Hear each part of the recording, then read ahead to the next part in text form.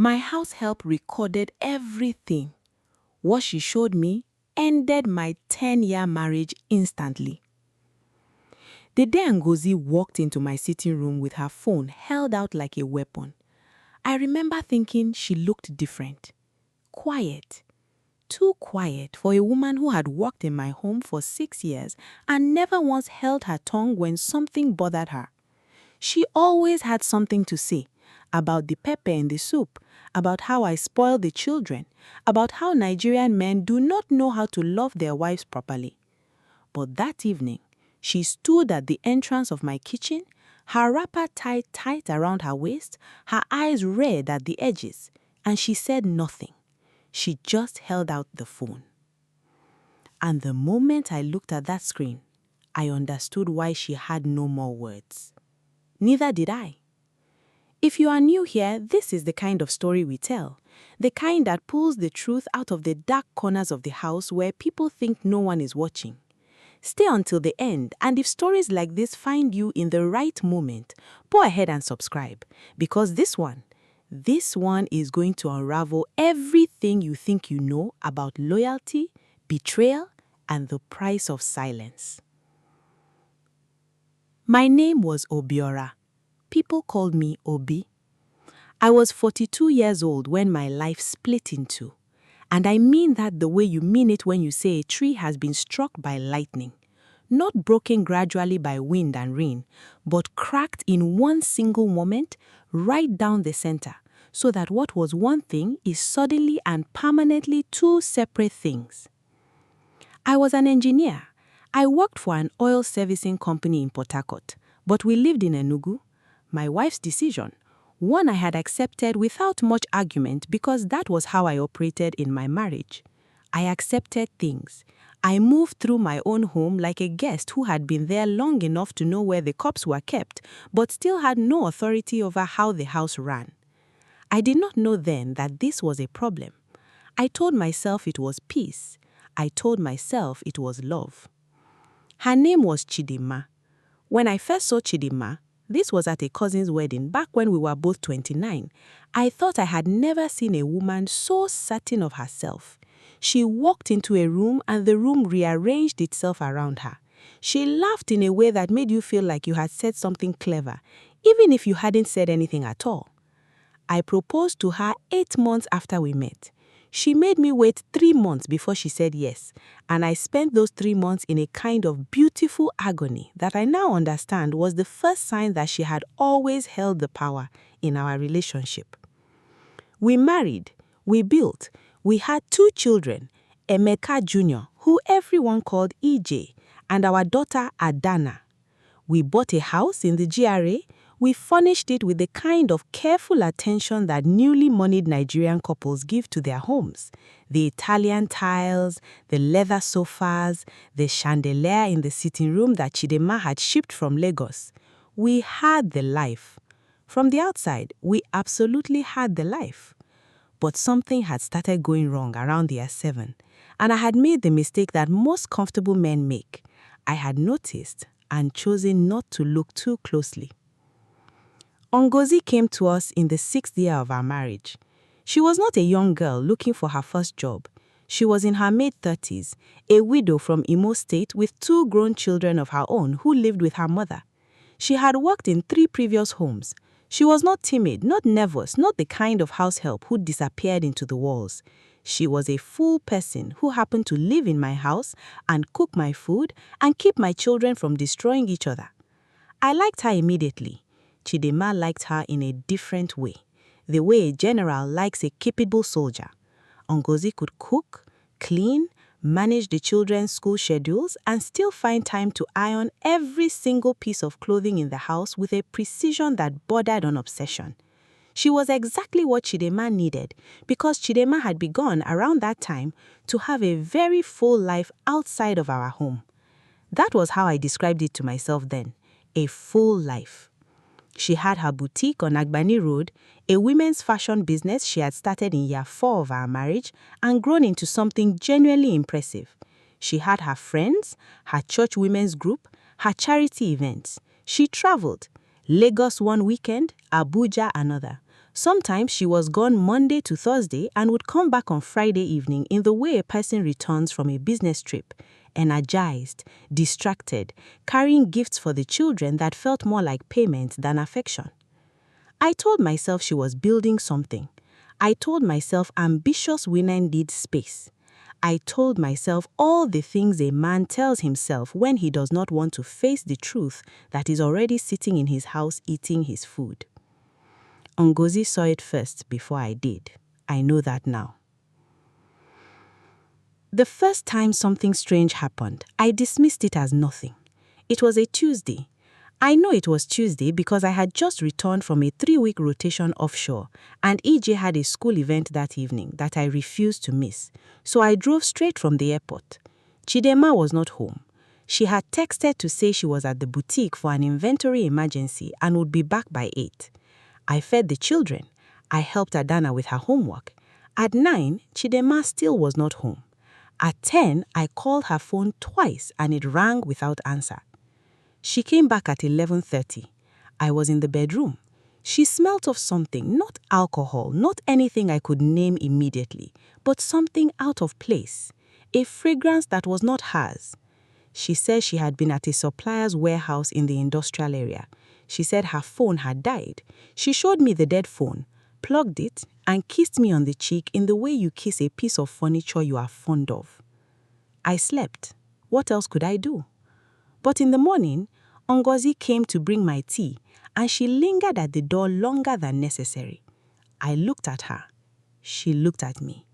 And she said, and I will never forget this because it seemed so small and so enormous at the same time. She said, "Oga, that dog wey dey bark by the gate last night, e bark so tight 2 o'clock." Then she left. I understood what she was telling me. The gate had been opened late, very late. Ngozi was telling me that Chidema had not returned at 11:30. She had returned at 2 o'clock in the morning. Why did she lie? Why did she move the clock back by 2.5 hours? What had she been doing until 2 in the morning that required a dead phone, a borrowed fragrance, and a kiss on the cheek in the dark?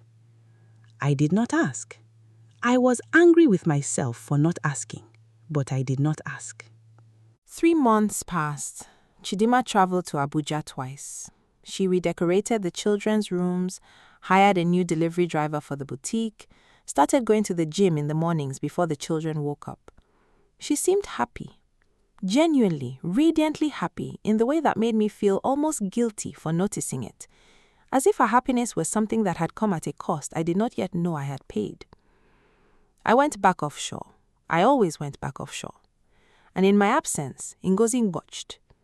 I did not ask her to. I want to be clear about this. I never sent Ngozi to spy on my wife. I never asked her to report to me, never suggested it, never even hinted that I suspected anything. Ngozi did what she did out of something else entirely. And the reason she did it is the part of this story that will make your chest tighten in a way you did not expect. But I will get to that.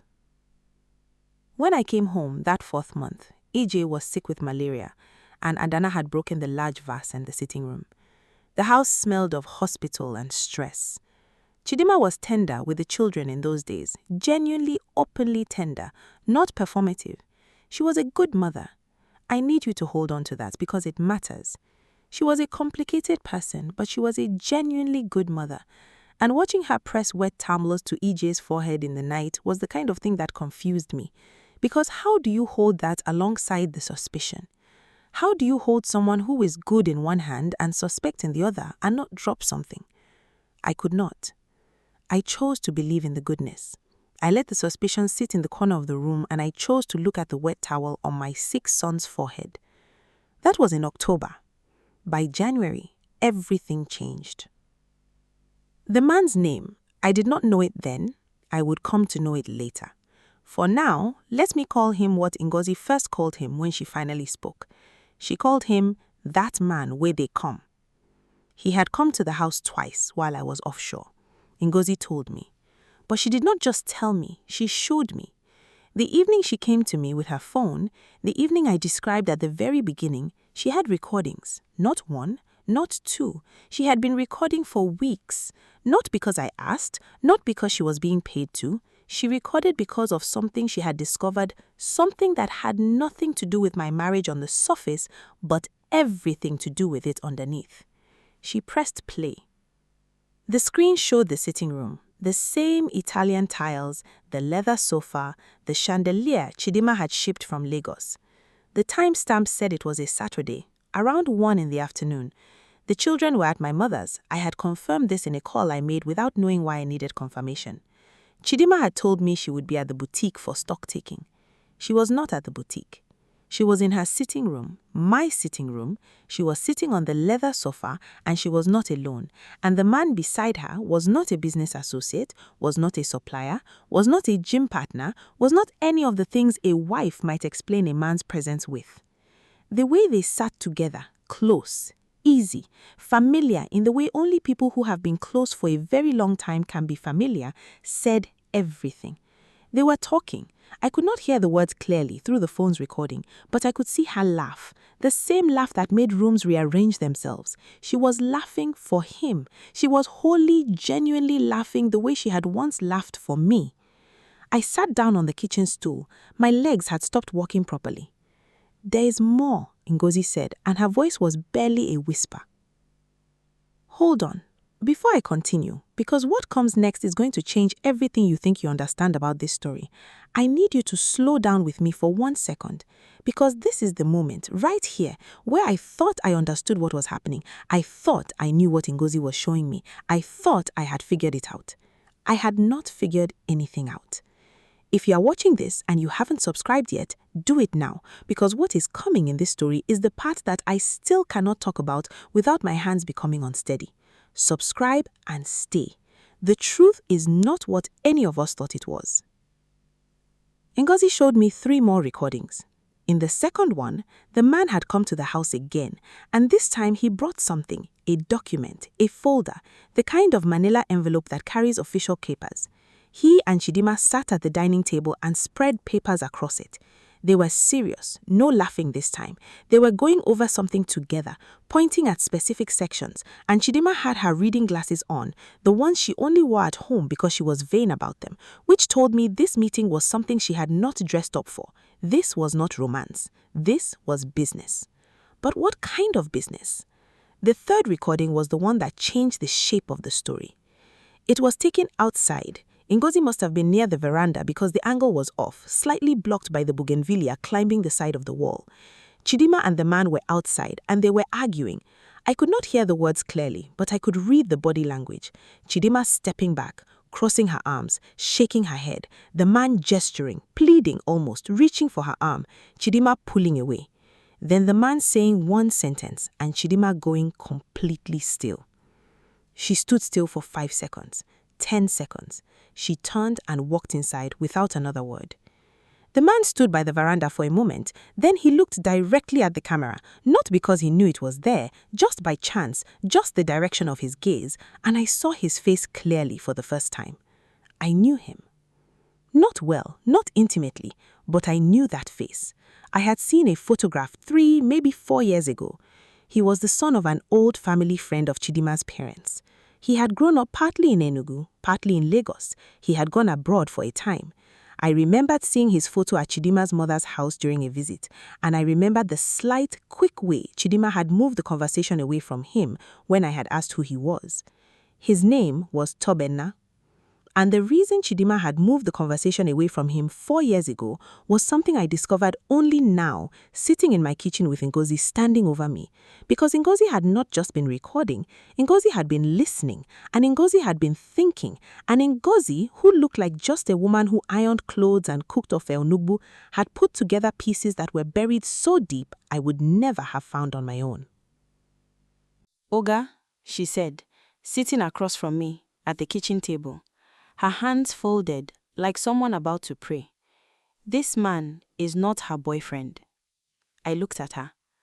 "He is her first husband."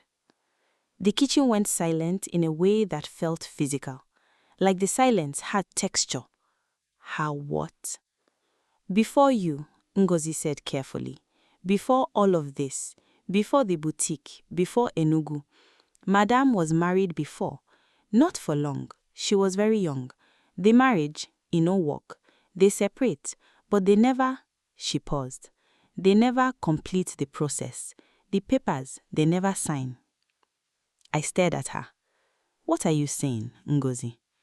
She looked at me with the steadiness of someone who had rehearsed this moment and had decided that kindness required directness. I am saying that everything, this house, this marriage, your children's surname, it is built on something that was never properly finished because she was never properly free. The room tilted. That is the only way I can describe it. Not literally. The tiles were still level, the chandelier still hung at its exact height, but my understanding of everything tilted, and the furniture of my life rearranged itself into a shape I did not recognize. 10 years. EJ was 9, Adana was 7. We had a joint mortgage on this house. I had named her next of kin on my life insurance. She was on the deed to a property I had purchased in Abuja the previous year. We had celebrated our 10th anniversary 8 months ago at a restaurant in Victoria Island with 40 of our friends and family around us, and her father had given a speech about the value of a strong marriage, and everyone had raised their glasses.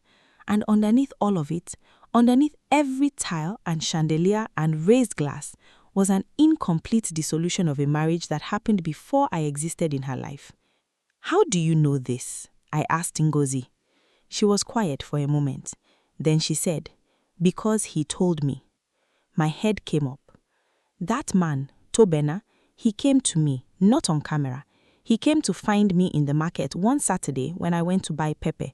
He had been watching the house for weeks before those recordings. He knew I worked here. He knew my name.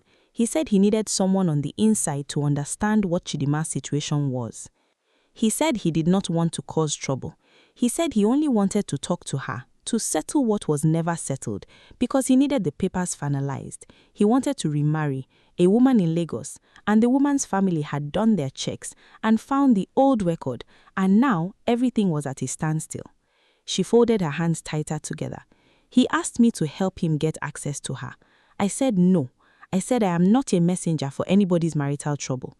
But after he talked to me, I started to think.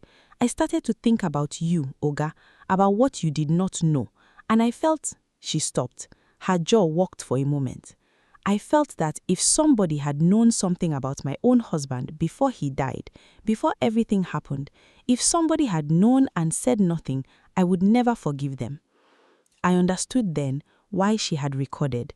Not for me, not against Chidima, for the principle of the thing. Because Ngozi was a woman who believed in her bones that people deserved to know the truth about the lives they were living. I did not confront Chidima that night. I could not. EJ was still sick. Adana had a school assembly the next morning. I moved through the evening like a man made of smoke, sitting at the dinner table, passing the salt, listening to my daughter describe a misunderstanding between 2 girls in her class, as if it were the most urgent geopolitical crisis in the world. I watched Chilima across the table. I watched her cut EJ's chicken for him because his arms were still weak from the fever. I watched her pour extra tomato stew on Adana's rice because she knew Adana always wanted more. I watched her answer a phone call from her boutique manager and handle something about a late delivery with calm efficiency.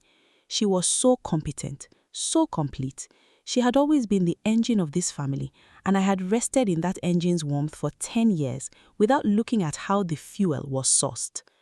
That night, she came to bed at 10:30. She read her book for 20 minutes, turned off her lamp, and said goodnight. She was asleep in minutes. I lay awake until 4 in the morning. By the time the sun came up, I had made a decision. I would not react. I would not rage. I would not call a lawyer or change a lock or pack a bag. I would find out the truth, the full truth, not just Ngozi's version, not just the recordings, before I did anything at all. I went to my mother first. My mother, Mama Obiora, as everyone called her, was 71 years old and had a memory of a very organized filing cabinet. She had met Chidima's family before the wedding. She had done the traditional checking that mothers do. I needed to know whether she had ever heard something, a whisper, a rumor, an almost question that someone had raised and then swallowed. I took her for a drive. I did not tell her what I was looking for.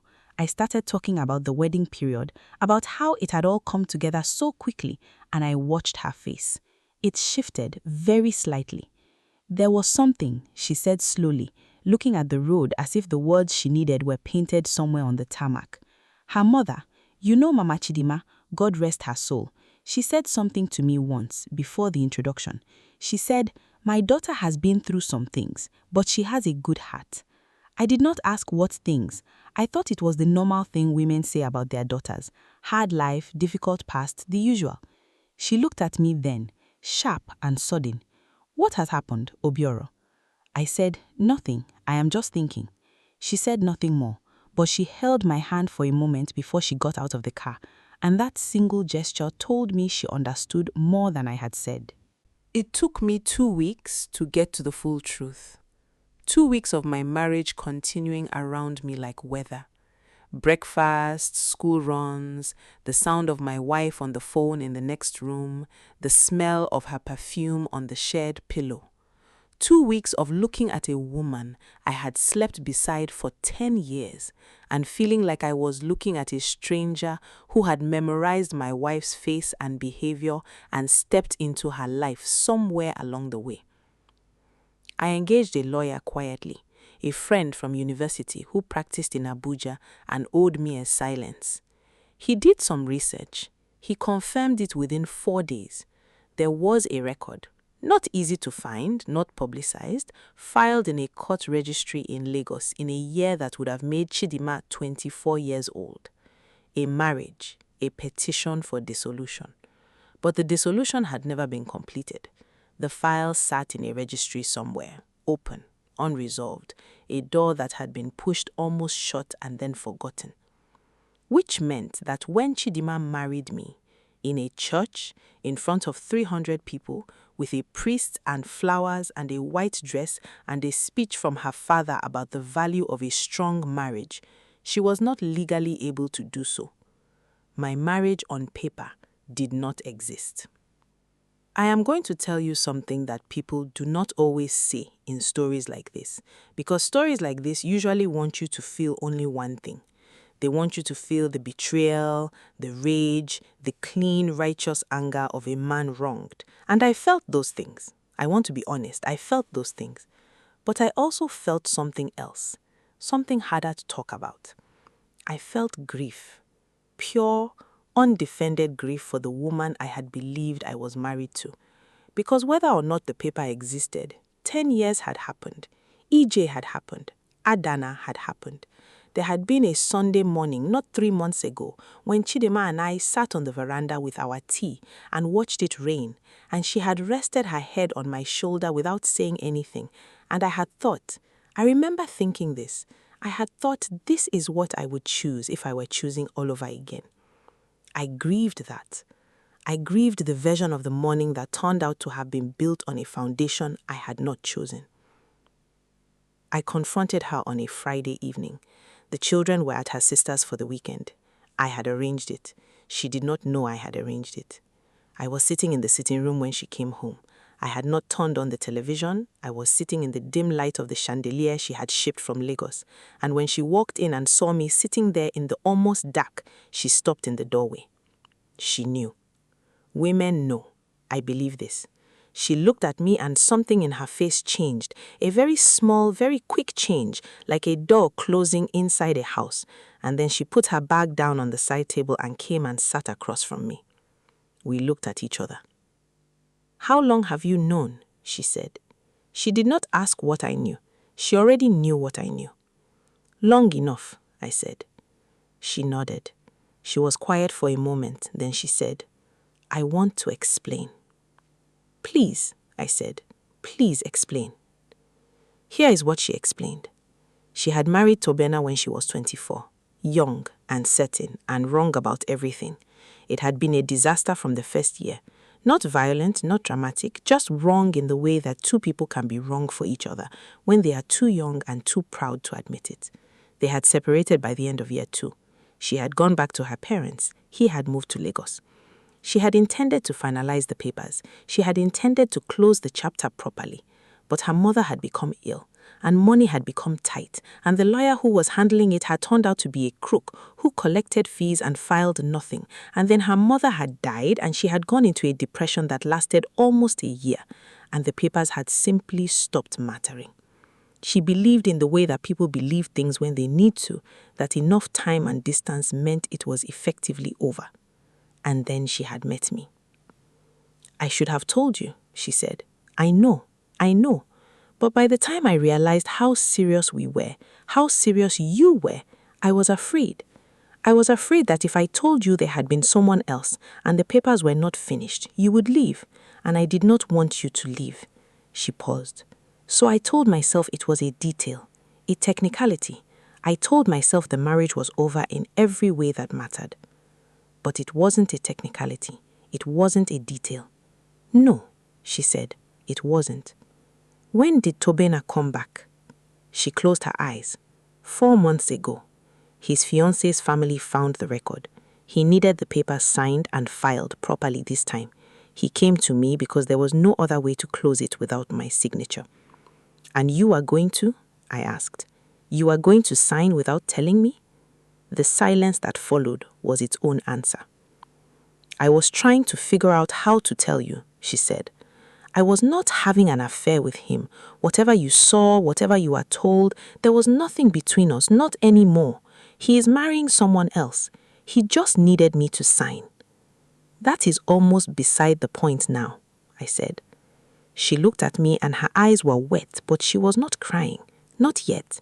She was holding herself with that iron composure she had always had, the one I had always admired, and was now watching hold her together through the worst conversation of her life.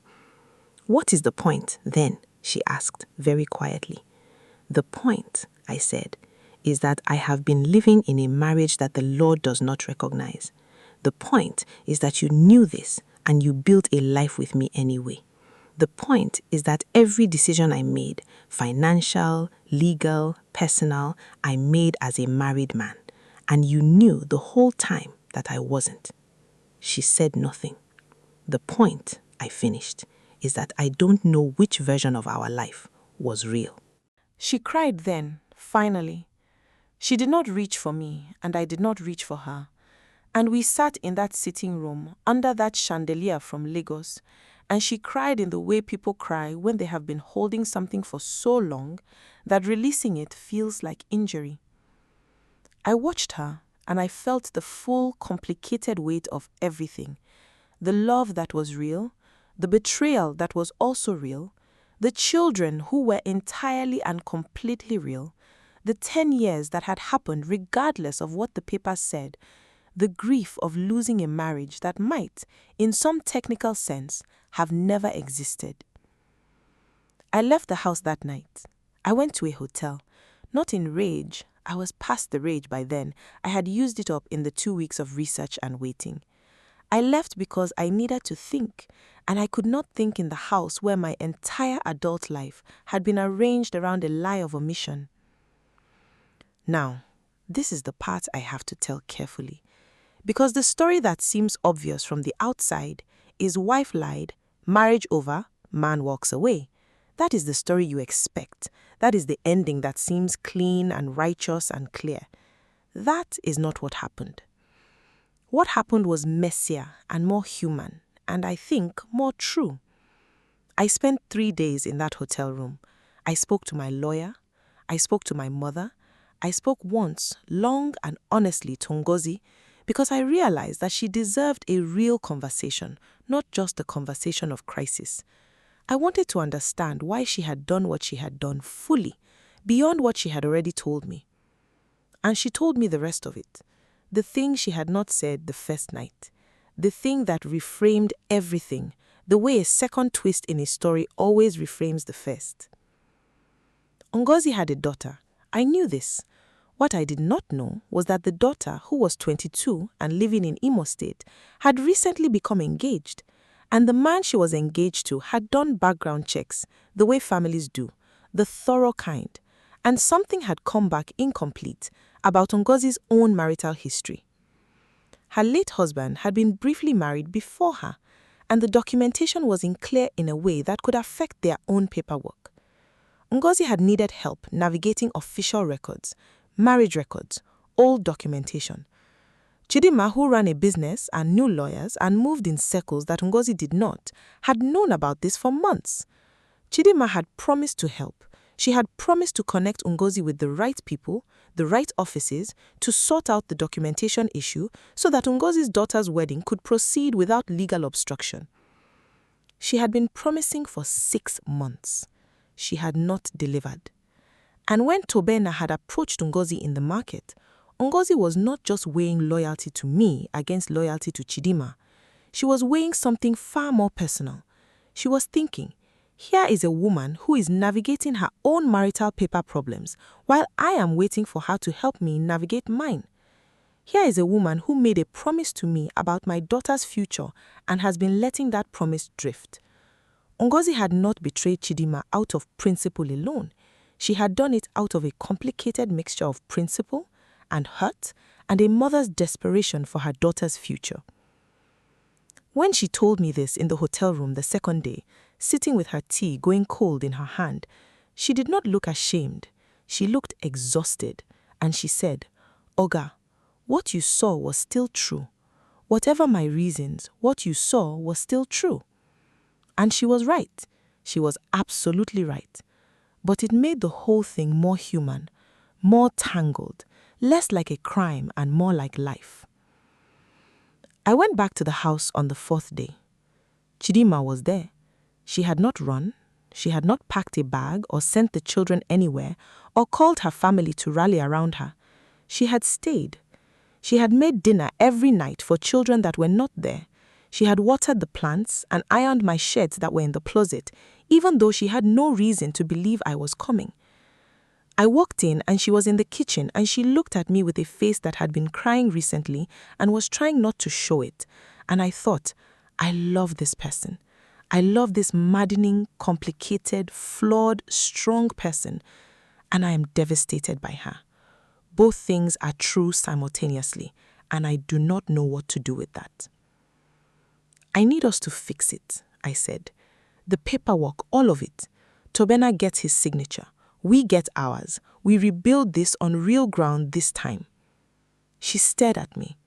You are not leaving? She whispered. I did not say that, I said. I am saying we fix the paperwork first. We find out what ground we are actually standing on, and then we decide what to build. It took 8 months. The signing, the filing, the correction of records, the new ceremony, quiet, private, just us and 2 witnesses at a registry.